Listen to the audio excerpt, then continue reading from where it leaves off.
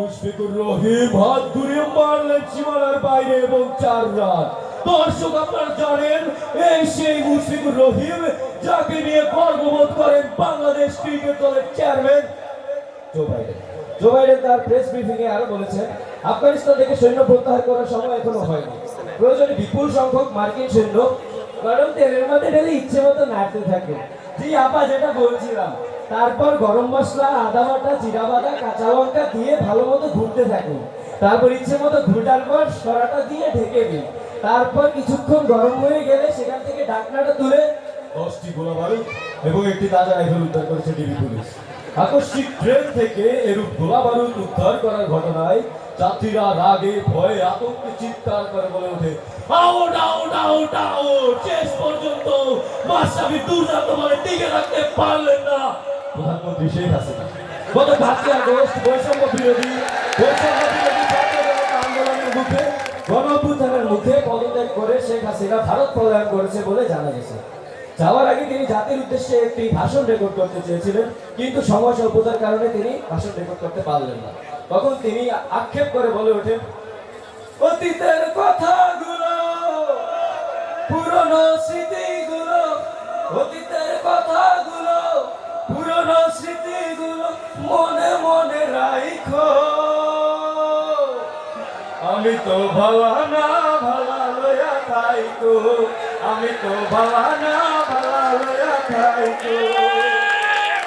দেখছিলেন গানের অনুষ্ঠান, এবারে দেখবেন সংবাদ।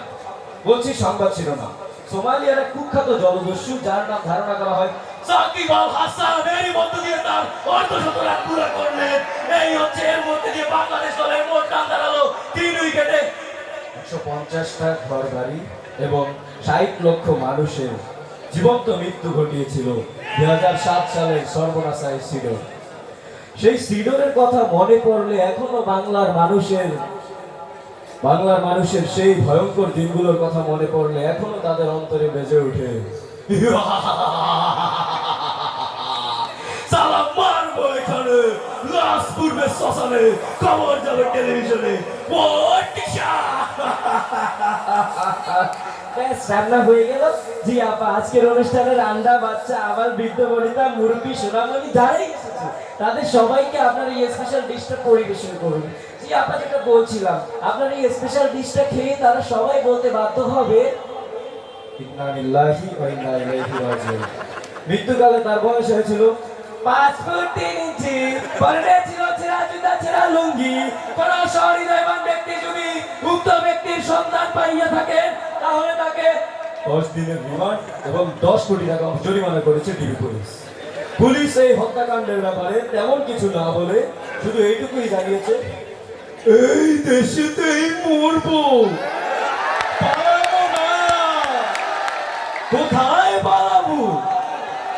প্রয়োজনে ফখরুল সাহেবের বাড়ি গিয়ে উঠবো, জায়গা দেবে? নইলে ঠাকুরগাঁওয়ের বাড়ি আছে না। ফিরে আসছি ছোট্ট একটা বিরতির পর, ততক্ষণ আমাদের চ্যানেলের সঙ্গেই থাকুন। ধন্যবাদ।